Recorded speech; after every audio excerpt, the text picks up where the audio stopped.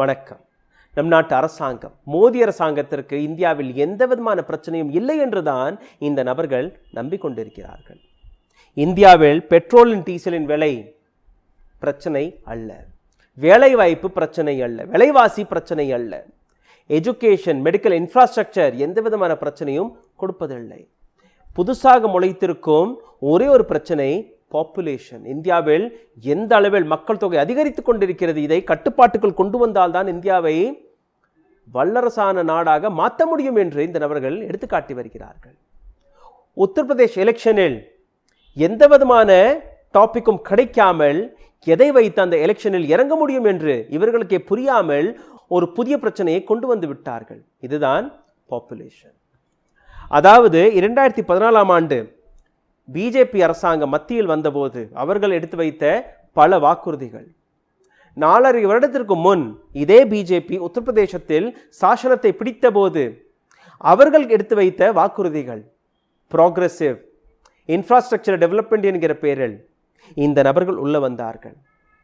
அங்க இருக்கக்கூடிய பிரச்சனைகளை நான் தீர்த்து வைப்பேன் என்று யோகி ஆதித்யநாத் அவர்கள் கூறியிருந்தார். ஆனால் கடந்த 4.5 வருடத்தில் எந்த விதமான வேலையும் எந்த விதமான டெவலப்மெண்ட்டும் நடக்கவில்லை. டெவலப்மெண்ட் என்கிற பெயரில் இவர்களால் மீண்டும் ஒரு முறை ஓட்டை கேட்க முடியாது. அதனால் ஒரு புதிய பிரச்சனை பாப்புலேஷன். பாப்புலேஷனால் தான் இன்னைக்கு உத்தரப்பிரதேசத்தில் இந்த அளவில் பிரச்சனை வந்து கொண்டிருக்கிறது. அதை கட்டுப்பாட்டுக்குள் கொண்டு வர வேண்டும். ஒரு ஆக்டர் ரீஜனல் லாங்குவேஜில் நடித்து கொண்டிருக்கும் இந்த ஆக்டர், இவர் பேர் ரவி கிஷன். ரவி கிஷன் அவர்கள் பிஜேபி சார்பாக உத்தரப்பிரதேசத்தில் பாப்புலேஷன் கண்ட்ரோல் பில் என்கிற ஒரு சட்டத்தை கொண்டு வர இருக்கிறார். இதே பில்லை பாராளுமன்றத்திலும் ஒரு பிரைவேட் பில்லாக ப்ரொடியூஸ் செய்ய இருக்கிறார்கள் இந்த நபர்கள். அதாவது இந்தியாவில் எந்த பிரச்சனையும் அல்ல, இந்த பாப்புலேஷனை தீர்த்து வைத்தாலே போதும் அனைத்து பிரச்சனைகளுமே சரியாகிவிடும் என்று இந்த நபர்கள் எடுத்துக்காட்டி வருகிறார்கள். பிரதமர் மோடி அவர்கள் 2014ஆம் ஆண்டு உங்கள் அக்கவுண்டில் 15 லட்சம் ரூபாயை போட இருக்கிறேன் என்று கூறினார், போட்டுவிட்டார். இதே நபர் 2 கோடி வேலை வாய்ப்பை நான் கொடுக்க இருக்கிறேன் என்று கூறினார், அதையும் கொடுத்து விட்டார். இதே நபர் கூறிய இன்னொரு ப்ராமிஸ், டிமானிட்டைசேஷனால் கருப்பு பணத்தை ஒழித்து விடுவேன், கரப்ஷனை ஒழித்து விடுவேன், அதையும் செய்து விட்டார். இந்தியாவுடைய எத்தனையோ சட்டங்கள், எத்தனையோ திட்டங்களை மாற்றி இந்தியாவை ஒரு டெவலப்ட் நேஷனாக, ஒரு வல்லரசான நாடாக மாற்றி அமைத்து விடுவேன் என்று கூறியிருக்கிறார். அதையும் இந்த நபர் செய்துவிட்டார். இப்ப எதுவுமே செய்வதற்கல்ல. அதனால்தான் இந்தியாவில் இன்னைக்கு பாப்புலேஷன் கண்ட்ரோல் என்கிற இந்த விஷயத்தில் இவர் இறங்கியிருக்கிறார். ஆனால் இதே நபர் 2014ஆம் ஆண்டிலிருந்து உலகம் முழுவதும் சுத்தி இதே பாப்புலேஷன், இந்தியாவின் பாப்புலேஷன் தான் இந்தியாவிற்கு கிடைத்த ஒரு மிகப்பெரிய வரப்பிரசாதம் என்று கூறியிருந்தார். 2-3 நாட்களுக்கு முன் நாங்களே பிரதமர் மோடி அவர்கள் இந்திய பாப்புலேஷனை பற்றி, இந்திய பாப்புலேஷனுக்கான அந்த அர்த்தம் என்ன, அந்த மதிப்பு என்ன என்று கூறிய பல வீடியோக்கள் எடுத்து காட்டியிருந்தோம். அந்த வீடியோக்களை ஒரு முறை நீங்களே பார்த்து விடுங்கள். இந்திய மக்கள், இந்திய பாப்புலேஷன் இந்தியாவிற்கு கிடைத்த மிகப்பெரிய வரப்பிரசாதம். பாருங்கள். दूसरी ताकत है डेमोग्राफिक डिविडेंड. जिस देश के पास 35 से कम उम्र के 65% नौजवान हो, इससे बड़ा उस देश को क्या चाहिए, इससे बड़ी क्या संपदा हो सकती है. और तीसरी बात, डिमांड. पूरा विश्व भारत की तरफ नजर कर रहा है. क्यों? क्योंकि उसे मालूम है 125 करोड़ का देश है, बहुत बड़ा बाजार है, बहुत ज्यादा डिमांड है.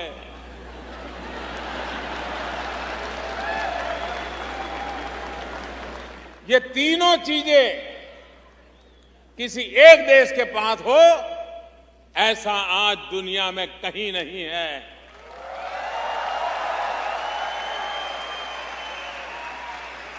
और इसी सामर्थ्य के आधार पर,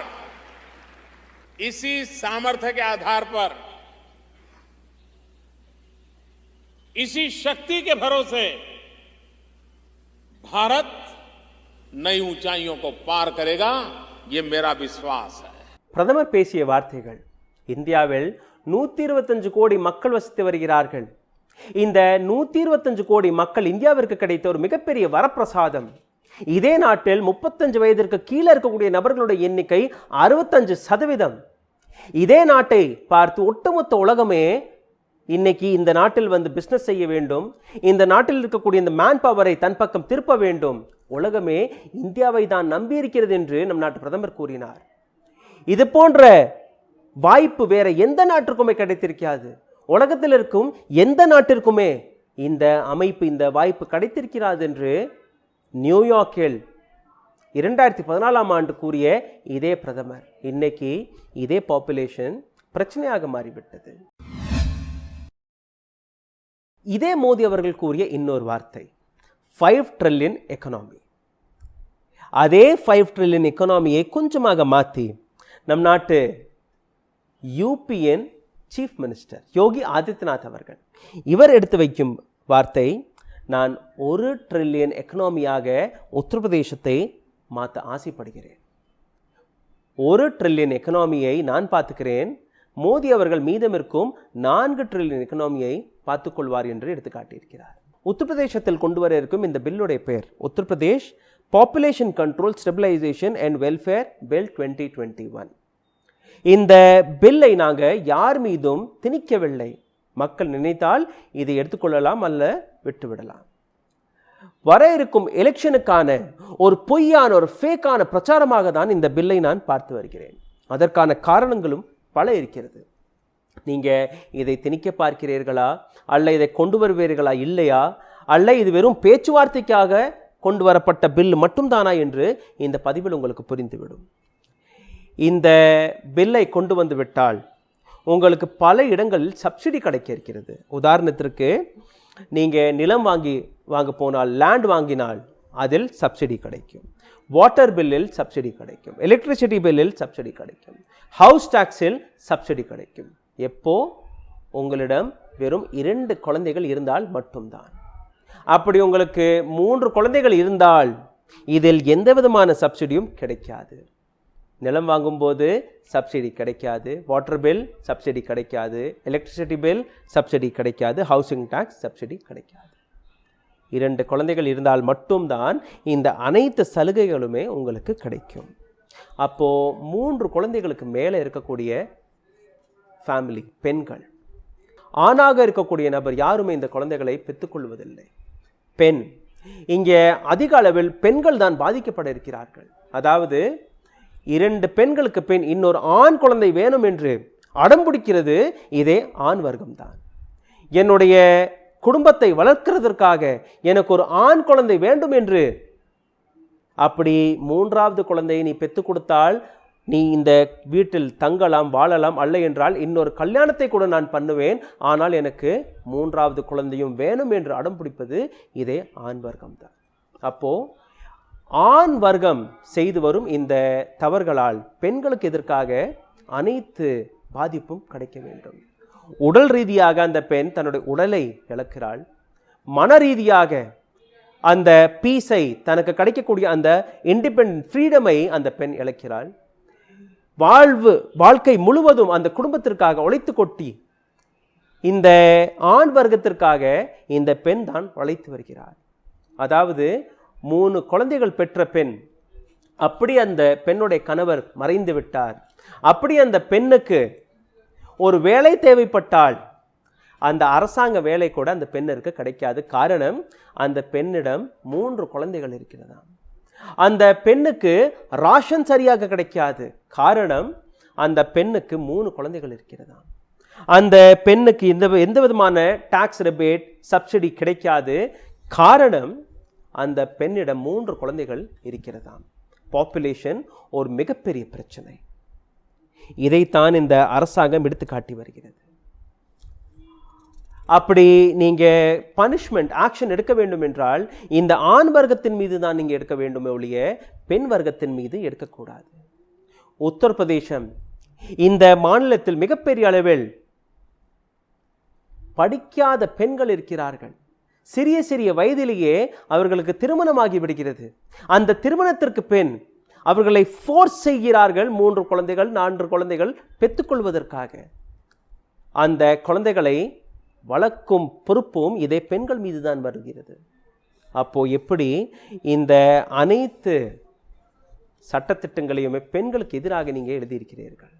இந்த பில் உள்ள வந்துவிட்டால் என்னெல்லாம் நடக்கும் என்று அதையும் கொஞ்சம் பார்த்து விடுங்கள். அரசாங்க உத்தியோகம் உங்களுக்கு கிடைக்காது. அப்படி நீங்க ஏற்கனவே அரசாங்க உத்தியோகத்தில் இருந்த நபராக இருந்தால் உங்களுக்கு எந்த விதமான ப்ரமோஷனும் கிடைக்காது. நீங்க லோக்கல் எலெக்ஷனில் பங்கெடுத்துக் கொள்ள முடியாது. இதை உண்மையான முறையில் நேர்மையான முறையில் அனைத்து துறைகளையுமே நீங்க இதுக்குள் கொண்டு வந்து விட்டால், இதை அமலுக்கு கொண்டு வந்து விட்டால் எம்பி எம்எல்ஏவையும் இதற்குள் கொண்டு வர வேண்டும். ஆனால் அதை நீங்க செய்ய மாட்டீர்கள். அதை இதுக்குள் கொண்டு வரவும் இல்லை. லோக்கல் எலெக்ஷனில் மட்டும்தான் நீங்க இந்த பங்கெடுக்க முடியாது. ஆனால் எம்பியாக நீங்க நிற்கலாம், எம்எல்ஏவாக நிற்கலாம். எத்தனை குழந்தைகள் இருந்தாலும் பரவாயில்லை. அதற்கான காரணம் 50% பிஜேபியை சார்ந்த எம்பிக்கள், இவர்களுக்கு 3 குழந்தைகளுக்கு அதிகமான குழந்தைகள் இருக்கிறது. 50%.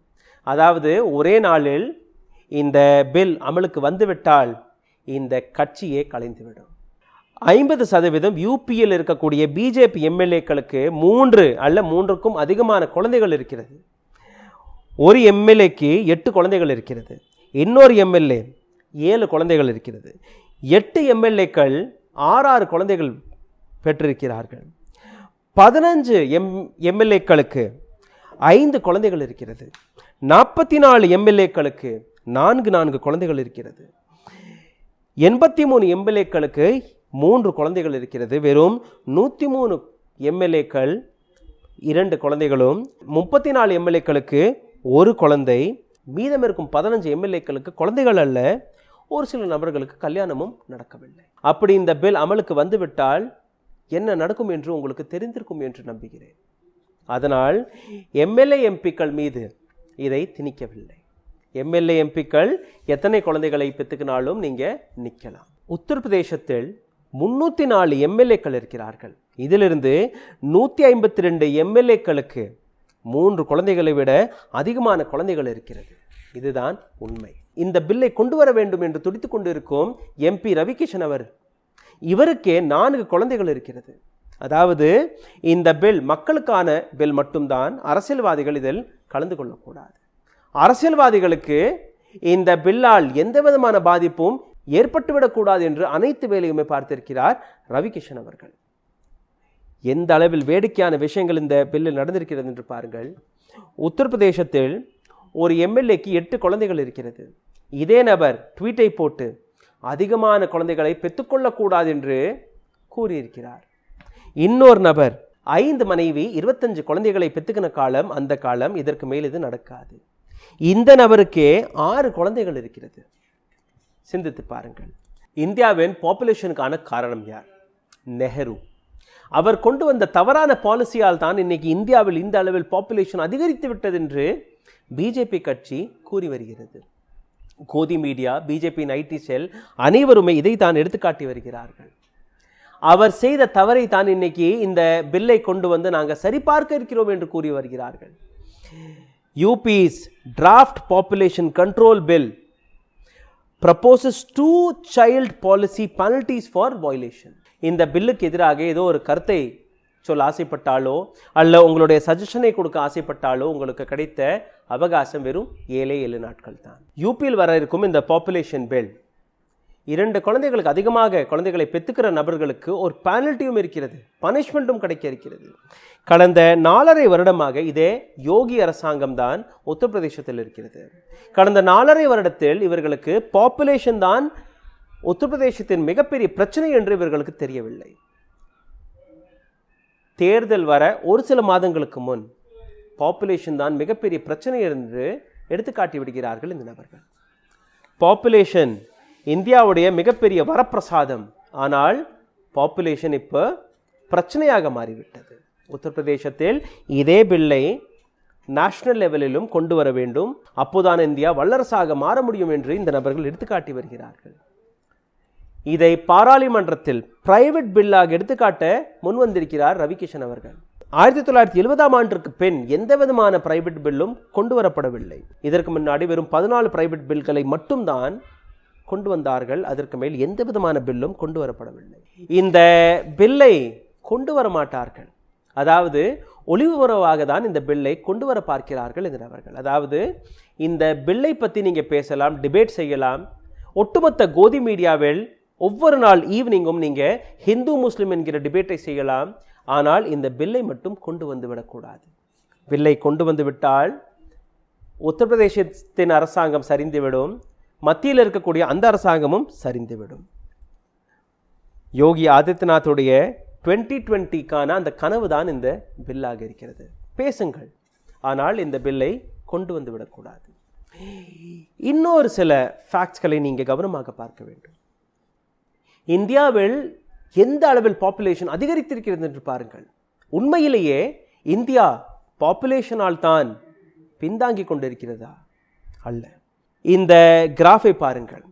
India's population growth peaking a long time ago, அதாவது 1980ஆம் ஆண்டிலிருந்து 82ஆம் ஆண்டு வரை மட்டும்தான் இந்த பாப்புலேஷன் இந்த அளவில் அதிகரித்தது. 82ஆம் ஆண்டிற்கு பின் பாப்புலேஷன் சரிந்து விட்டது. இதற்கான காரணம் யார்? இது போன்ற சட்டங்களா, அல்ல அரசாங்கம் மிரட்டியதால் தான் இந்த பாப்புலேஷன் சரிந்திருக்கிறதா? இதற்கான காரணம் education, awareness, family clinic, controversy bills, இது போன்ற பல விஷயங்கள். இது போன்று மிரட்டியோ அல்ல மக்களை நீங்கள் இதற்கு மேல் பெற்றுக்கொள்ளக்கூடாது என்று யாருமே கூறி இந்த பாப்புலேஷன் கீழே இறங்கவில்லை. மக்களுக்கு அவேர்னஸ் கிடைத்திருக்கிறது. அதனால்தான் இந்த பாப்புலேஷன் குறைந்திருக்கிறது. நேஷனல் ஃபேமிலி ஹெல்த் சர்வே 2015-2016 இந்த சர்வே படி பார்த்தீர்கள்னா TFR ரேட், அதாவது ஒரு பெண்ணுக்கு எத்தனை குழந்தைகள் இருக்கிறது என்றால் 2.7. இந்த 2.7 4லிருந்து கீழே குறைந்திருக்கிறது. அதாவது ஒரு பெண்ணுக்கு 4 குழந்தைகள் இருந்த ஒரு காலம் இன்னைக்கு 2 அல்ல 3 குழந்தைகள் மட்டும்தான் இருக்கிறது. உத்தரப்பிரதேசத்துடைய இந்த ரேட் கடந்த 15 வருடத்தில் இந்த வேலை நடந்திருக்கிறது. கடைசியாக 2.1க்கு கீழே போனால் இந்த பாப்புலேஷன் growth மிகவும் கீழே போய்விடும். அதனால் அதற்கு கீழே போகக்கூடாது. இதே டேட்டாவை நீங்கள் படிக்கும்போது அடுத்த 2-3 வருடத்தில், அதாவது 2025ஆம் ஆண்டுக்குள் எந்த விதமான எஃபர்ட்டும் எடுக்காமல் அரசாங்கம் எதுவுமே செய்ய வேண்டாம், ஆட்டோமேட்டிக்காகவே இது 2.1 ரேஷியோவிற்கு போய்விடும். ஆட்டோமேட்டிக்காகவே. அப்போ எதற்காக பாப்புலேஷன் தான் பிரச்சனை என்று எடுத்துக்காட்டி வருகிறார்கள்? ஏன்னா உங்களிடம் எந்த விதமான டாபிக்குமே அல்ல. எதை பற்றி பேசி எதை பற்றி எலெக்ஷனை நடத்துவது என்கிற அந்த கொள்கையே இல்லாமல் ஒரு புதிய பிரச்சனையை உண்டாக்கிவிட்டார்கள். 82ஆம் ஆண்டிற்கு மேல் இந்தியாவில் பாப்புலேஷன் அதிகரிக்கவில்லை. ஒரு பெண்ணுக்கு 2 குழந்தைகளுக்கு மேல் இன்னைக்கு உத்தரப்பிரதேசத்தில் இல்லை. ஆனால் இதை ஒரு பிரச்சனையாக நீங்கள் எடுத்துக்காட்ட வேண்டும். இதை கோதி மீடியாவில் பேசப்பட வேண்டும். இதை ஒரு டிபேட்டாக எடுத்து நடத்த வேண்டும். ஏன்னா இஸ்லாமிய பெண்களுக்கு குழந்தைகள் அதிகமாக இருக்கிறதா? இஸ்லாமிய பெண்களுக்கு குழந்தைகள் அதிகமாக இருப்பது உண்மைதான், ஒத்துக்கொள்ளலாம் உத்தரப்பிரதேசத்தில். ஆனால் இதே விஷயம் பீகாரில் ஹிந்து பெண்களுடைய ஃபர்டிலிட்டி ரேட் தான் அதிகமாக இருக்கிறது. அப்போ இதை எப்படி நீங்க பார்ப்பீர்கள்? இந்தியா முழுவதும் எடுக்கப்பட்ட ஒரு data, national family health survey. இந்த டேட்டாவை நீங்க பார்க்கும்போது ஹிந்து பெண்கள், ஹிந்து பேக்வர்ட் கிளாஸில் இருக்கக்கூடிய பெண்களுக்கு தான் எல்லாத்தை விட அதிகமான குழந்தைகள் இருக்கிறது. அதற்கு மேல் ஹிந்து ஸ்கெட்யூல் காஸ்ட், இவர்களுக்கு அதிகமான குழந்தைகள் இருக்கிறது. அதற்கு மேல் இஸ்லாமியர்கள், முஸ்லிம், அப்புறம் ஹிந்து அப்பர் காஸ்ட், அதற்கு மேல் ஹிந்து ஸ்கெட்யூல் ட்ரைப், மற்ற நபர்கள். ஆனால் கோதி மீடியாவில் நீங்க இதை டிபேட்டாக பார்க்க முடியும். இஸ்லாமிய பெண்களுக்கு தான் அதிகமான குழந்தைகள் இருக்கிறது, ஹிந்து முஸ்லிம் டிபேட்டாக மாற்றி விட்டார்கள். இதற்கான காரணம் ஒரு கம்யூனிட்டி, ஒரு சமுதாயம், ஒரு மதம் அல்ல. இதற்கான காரணம் ஒட்டுமொத்த இந்தியாவில் இருக்கக்கூடிய நபர்கள். இதற்கான காரணம் சோஷியல் பிரஷர். அதிக குழந்தைகள் இருக்க வேண்டும். ஆண் குழந்தை இல்லை என்றால் உங்களுடைய குடும்பம் வளராது. இது போன்ற மித். 2014ஆம் ஆண்டிலிருந்து மோடி அவர்கள் ஒரு வார்த்தையை கூறி வருகிறார், டெமோக்ராட்டிக் டிவிடெண்ட். அதாவது இந்த நாட்டில் வசித்து வரும் மக்கள் தான் இந்தியாவிற்கு கிடைத்த வரப்பிரசாதம். இந்தியாவிற்கு கிடைத்த ஒரு பிளாங்க் செக்காக நான் பார்க்கிறேன். ஆனால் இந்த அரசாங்கம் இந்த பிளாங்க் செக்கை கேஷன் செய்ய முடியவில்லை. அப்படி இந்த அரசாங்கம் உண்மையிலேயே வேலை பார்த்திருந்தால் நம் நாட்டு பிரதமர் பிரச்சாரத்தை விட, இந்திய மக்களுடைய பாராட்டை விட, தன்னுடைய பாராட்டை விட உண்மையிலேயே கிரவுண்ட் ரியாலிட்டியில் இறங்கி வேலை பார்த்திருந்தால் இன்னைக்கு நாம் சைனாவை தோக்கடித்திருப்போம். சைனாவை விட நாம் எங்கேயோ போயிருப்போம். ஆனால் கடந்த 7 வருடத்தில் நம் நாட்டு அரசாங்கம் செய்த வேலை, கடந்த 70 வருடமாக என்னெல்லாம் தவறுகள் நடந்ததோ அதை மட்டும் சுட்டிக்காட்டி, இவர்களால் என்னெல்லாம் செய்ய முடியவில்லையோ, எங்கெல்லாம் இவர்கள் ஃபெயில் ஆயினார்களோ அனைத்தையுமே போன அரசாங்கத்தின் மீது போட்டுவிடலாம். அவர்கள் செய்த தவறால் தான் இன்னைக்கு பெட்ரோல் டீசலின் விலை அதிகரித்து விட்டது. நெஹ்ருவால் தான் இன்னைக்கு பாப்புலேஷன் அதிகரித்து விட்டது. இன்னைக்கு விலைவாசியுடைய காரணமும் அவர்களுடைய பாலிசி தான். இன்னைக்கு இந்த ஹெல்த் இன்ஃப்ராஸ்ட்ரக்சர் இந்த அளவில் மோசமான காரணமும் அவர்களுடைய திட்டம்தான். டிமானடைசேஷன், கருப்பு பணத்தை அளித்தேன், ஆனால் அந்த கருப்பு பணம் சேர்த்ததும் அந்த காலகட்டம் தான். இன்னைக்கு எந்த விதமான கருப்பு பணமும் இல்லை. இந்தியாவின் கரப்ஷன், இதற்கான காரணமும் போன அரசாங்கம் மட்டும்தான். இப்போ பாப்புலேஷன் சிந்தித்து பாருங்கள். இந்த அரசாங்கம் தன் மீது எழும்பும் அனைத்து கேள்விகளையுமே போன அரசாங்கத்தின் மீது திணித்து நழுவ பார்க்கிறது. எந்த விதமான ரெஸ்பான்சிபிலிட்டியும் எங்கள் மீது போட்டு விடாதீர்கள். எங்களிடம் எந்த விதமான டாபிக்கும் அல்ல. நாங்கள் எடுத்து வைத்த அனைத்து வாக்குறுதிகளுமே நாங்கள் ஃபெயில் ஆகிவிட்டோம். நாங்கள் எந்த விதமான வாக்குறுதியிலும் வெள்ளவில்லை, பாஸ் ஆகவில்லை. அதனால் போன வாக்குறுதிகளை நீங்கள் மறந்து விடுங்கள்.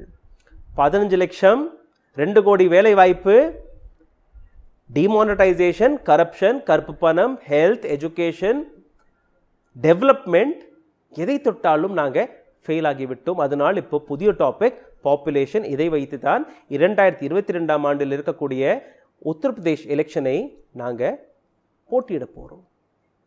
பாப்புலேஷனை வைத்து நீங்கள் ஓட்டை போடுங்கள். சிந்திக்கக்கூடிய விஷயம், சிந்தித்து பாருங்கள். உங்களுடைய கேள்விகளை கேளுங்கள். நன்றி, வணக்கம்.